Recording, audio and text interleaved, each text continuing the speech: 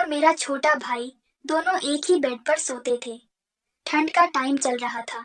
हम दोनों एक ही रजाई में थे। मेरा खोदवाने का बहुत मन कर रहा था। मैंने रजाई में लेटने से पहले अपनी पैंटी उतार दी थी। मेरा भाई हमेशा चड्डी में ही सोता है। वह लेटा हुआ था। धीरे से मैं जाकर उससे चिपक कर लेट गई। कांपने का नाटक करते हुए मैं बोली, आज बहुत ठंड है भाई तो। भाई बोला, हाँ ठंड तो लग रही है। मैंने अपना पैर उसके ऊपर ऐसे रखा था कि मेरा घुटना उसके औजार पर जाकर सेट हो गया था।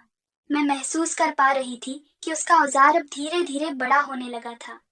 मैं अब और जोर से चिपक गई और बोली, हाय ठंडी। तो वो हंसने लगा और कुछ नहीं बोला। लेकिन उसका औजार बहुत कुछ बोल रहा था। उसका औजार एकदम मस्त हो चुका था। मैंने भाई से कहा, ये क्या है भाई, तुम्हारा नन्नू तो बड़ा हो रहा है। मुझे पैर में महसूस हो रहा है। तो भाई बोला, अरे वो ठंड की वजह से ऐसे हो जाता है। मैंने भाई से कहा, भाई मैं छू कर देखूं तुम्हारा नन्नू। भाई बोला, हाँ छू लो।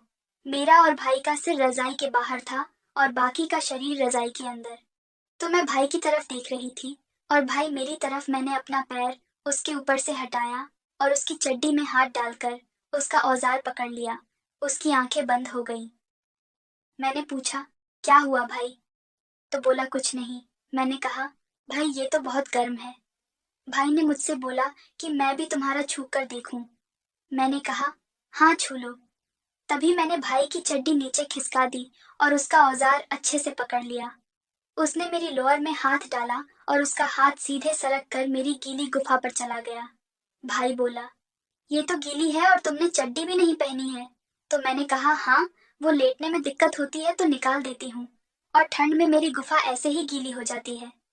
भाई मेरी गुफा की दरार में अपनी उंगली ऊपर नीचे कर रहा था और मैं उसका औजार धीरे धीरे ऊपर नीचे कर रही थी। भाई बोला, तुम अपना लोअर उतार दो, मुझे अच्छी तरह से छूकर देखना है। तो मैंने अपना लोअर उतार दिया और भाई ने इसी बीच धीरे से अपनी चड्डी निकाल दी। अब भाई मेरी गुफा पर आराम से उंगलियां चला रहा था।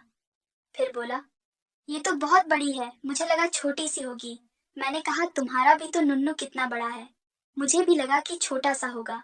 वह अब उंगलियां मेरी गुफा के ऊपर फिराने के साथ धीरे धीरे अंदर ले जाने लगा। फिर बोला, अच्छा लग रहा है। मैंने कहा, हाँ। फिर बोला, मेरे नुन्नू को ऊपर नीचे करो तो मुझे भी अच्छा लगेगा। दोस्तों, यहाँ मुझे पता चल गया कि मेरी खुदाई का प्रोग्राम अब सेट हो चुका है। भाई ने अपनी उंगली की स्पीड बढ़ा दी, जिससे मुझे और ज्यादा मजा आने लगा।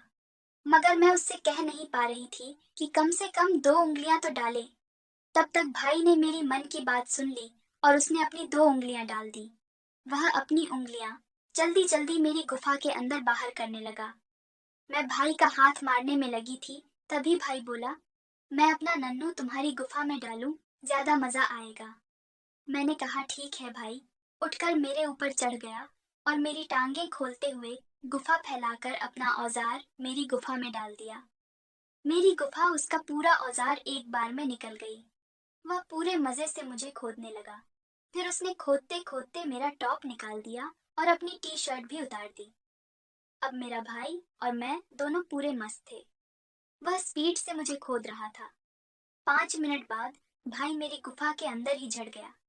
काफी देर तक उसने मेरी गुफा में झटके देते हुए रस गिराया। लग रहा था जैसे मेरी गुफा भरकर ऊपर से तर जाएगी। मैंने कहा, भाई तुम्हारी नुन्नू से क्या निकल रहा था जो मेरी गुफा अंदर भर गया? भाई बोला, रस भाई ने पूछा, मजा आया या नहीं? मैंने कहा, बहुत पागल, गपागप में तो मजा आता ही